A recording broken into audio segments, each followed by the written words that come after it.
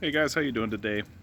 Um, yeah, just another day off. Back to work tomorrow. Just thought I'd pause, take a little video. Got my little guy right here. Hey Milo, you want to say hi? Hey Milo. Sorry, you get in the rear view. Hey Milo, how you doing? So we'll see how disruptive he is while I do this. But I figured I'm outside. I might as well let my little guy come outside. I think the biggest news that's going on right now, the biggest news that everybody needs to be talking about, be concerned about, is the unmarked police vehicles and unmarked police professionals who are going through Portland currently, soon to be the rest of America. And that's confirmed. That's confirmed by Homeland Security. Homeland Security has gone on NPR now and has said that Portland is just the beginning, that they intend to continue using this tactic of randomly scooping up citizens off the street and detaining them. They have every intention of continuing this policy. They have every intention of carrying forward with it, and the governor of the state even asked Homeland Security to leave the state and to stop doing what it's doing in Portland, and Homeland Security denied that, and they are existing outside the power of the state. They are using their federal jurisdiction. This is fascism. This is fascism. Mask off, completely oblique. No, no, no pretense whatsoever. We are living through a period of fascist upswing where capitalism is collapsing and has collapsed, and now fascism is taking its place. If you pay attention to these videos at all, you know that my opinion on this is that capitalism and fascism are the same thing, that capitalism is just fascism wearing a smiling mask. And so the mask is off. If you are a protester and you are going and exercising your right to protest, even peacefully, the police will come and round you up in unmarked vehicles and unmarked police officers, so no numbers, no nothing that you can connect with anything. And they will come and they will kidnap you, and they will send you to an undisclosed location where they can hold you indefinitely without charge. Right? That's Homeland Security. That's the legislation. So we can no longer pretend that America is a democracy or is a capitalist society or is interested in being a free society. They are now a fascist society. Period. There's no argument to be made. It's not a debate, as far as I'm concerned.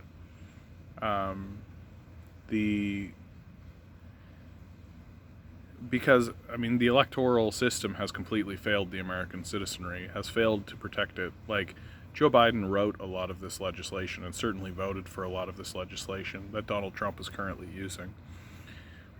And when Joe Biden wins the next election, which I suspect he will, he's not going to be better.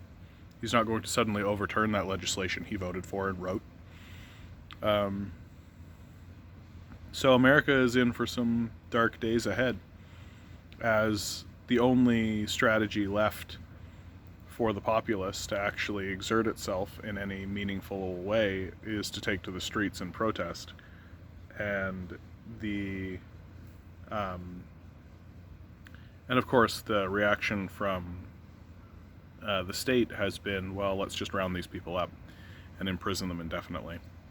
And they'll imprison them, and I'm sure they'll point at stories where it's like, oh yeah, it's like catch and release, right? That's what they'll say. But they already have concentration camps, right? They'll just send these political dissidents to concentration camps and continue that trajectory, right? And people don't like it when I call the concentration camps because they're only willing to accept the name concentration camps after after these people have been gassed. That's the only time that they're allowed to be called concentration camps, as far as the apologists for the concentration camps are concerned. Like, you can't, you can round up citizens and you can round up foreigners, and you can put them in detainment cells and detention centers. You can ensure that they live in squalor. You can even put them to work, right? And it's not a concentration camp. As far as the apologists for the concentration camps are concerned, they can only be called a concentration camp once you begin gassing them. So only after the most horrible aspect of it can you actually even begin to address these things for what they are, which is concentration camps. And this is not going to improve, right? The quality of life for the American citizen is not going to improve. The quality of life for certainly the poor and the black and the Hispanic community is going to decline, and is going to stagnate, at least. And these protest movements are being met with going to be met with extreme violence, and now it's being met with Stasi state kind of repression. It's terrifying. But at least the Americans have the courage to get out on the street and do something, right? This is something I'm noticing about Canada and Canadians. Like, Canadians are extremely gullible, but they're also cowardly, right? They're more than happy to complain on web forums and sit around and complain. But if you actually, like, I'm attempting to organize a protest. My intention is to go to Doug Ford's home, our premier, and complain and protest in person. I've just started organizing this, but my deep fear is that, people are just not going to show up.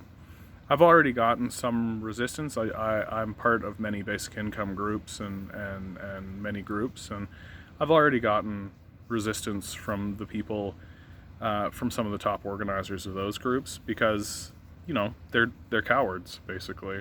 They're lazy, and they think that shuffling articles around with one another is the way to organize ideas.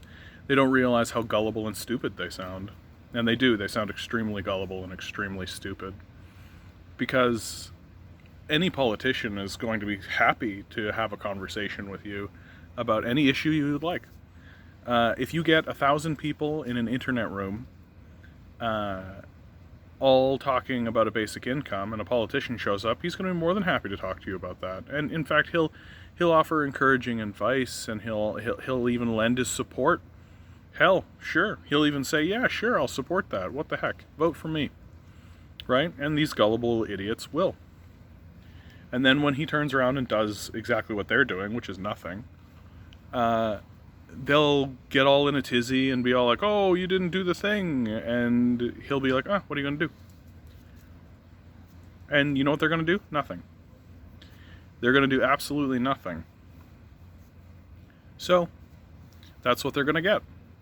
They're going to get the feel-good feelings of, oh, hey, well, at least we're trying. But they're not, right? Shuffling articles around one another, sharing an article on Facebook. It's not real political participation. That's not really doing anything. Real political movement happens on the streets.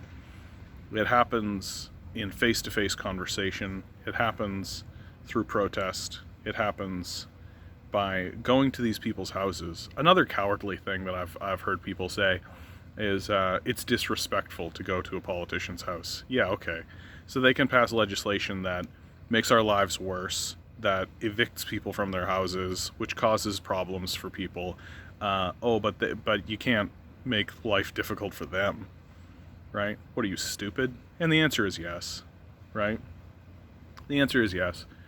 That Canadians But like, Americans are in this place of protest through necessity, right? They're in this place of protest because they have no alternative. And it's becoming obvious that their leadership is willing to murder them in the streets. But Canadians are extremely gullible, so they believe they're good, right? They look at America and they go like, well, at least we're not America. And that seems to be enough for these gullible Canadians. And then, of course, if you actually do manage to find some who are not so gullible, right? Well, they're cowards. They're not willing to actually get up and do anything, right? They're not actually willing to make a stand and make a claim on anything. And so why should the political class respond to them? Why should they get anything, right? The only thing that's ever actually worked in Canada, and this, all of what I've just said, is it might be a byproduct of the fact that we still have a functioning democracy here in Canada. Unlike the States, we do have a functioning democracy to an extent. So what it means is, it means that I think the hope here in Canada is that the NDP will stand up and actually support some of these policies and begin to gain support, right? And so these gullible cowards are just kind of hoping that, well, if we shuffle these papers around hard enough and get enough support hard enough from other gullible cowards who only want to shuffle paperwork around, then maybe it will force the Liberals to actually do something, or else they might lose a little bit of power. And, there is something to this, that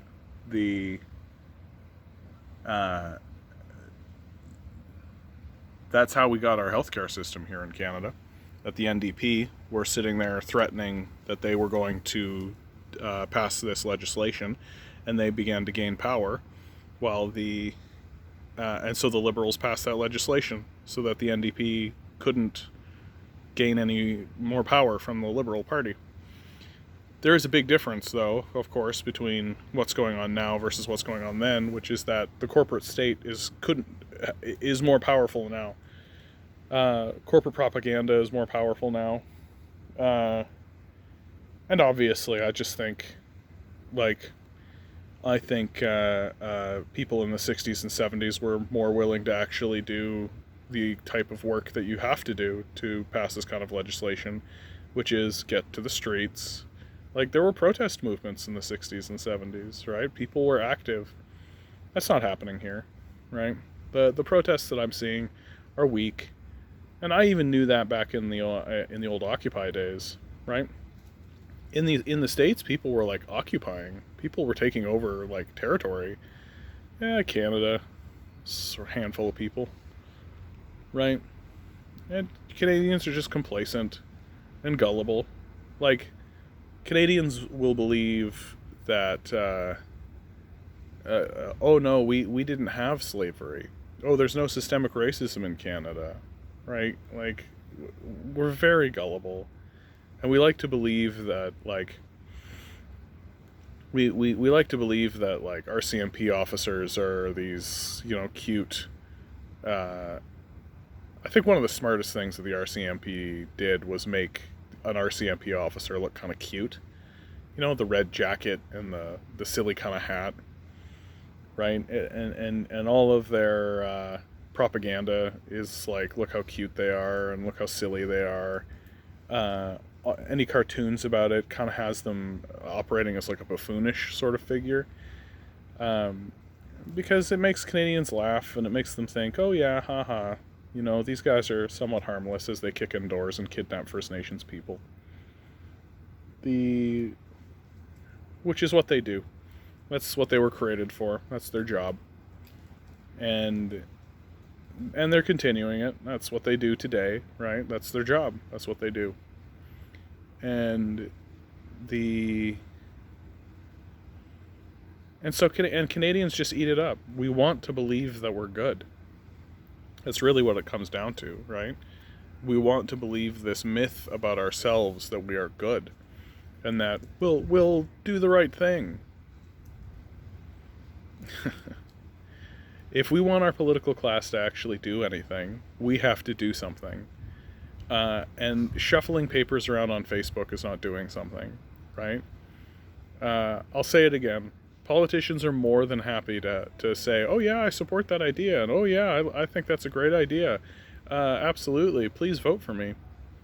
They're more than happy, and they'll continue to do that, right? And in the end, you'll get exactly the energy you put in, which is nothing, because shuffling papers around on Facebook or on the internet, on Reddit, and all that kind of stuff, that's fine for you.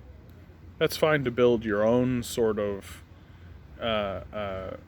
confidence in these ideas, but and a basic income enjoys like 75% support among Canadians, right? So, and we can be confident in that. What we can't be confident in is the courage of Canadians, who seem to be completely cowardly. And if you're listening to this and you think, oh, hey, I'm not a coward, how dare this guy say? Well, then show up, right? Just show up. I'm done being nice to people who are just going to sit behind a computer screen. I talked to one guy, he's a social worker, right? And like, I'm planning this thing for September 1st, show up at Doug Ford's house, right? You can find it on Facebook. And he's like, oh, well, I'm working that day. Take the day off. Take the day off, right? Just book it. Oh, no, I can't. I gotta work that day. Fucking coward. Like, you're not interested. Go away. Stop wasting my time. And that's all you're doing. That's all these guys are doing, is just wasting time.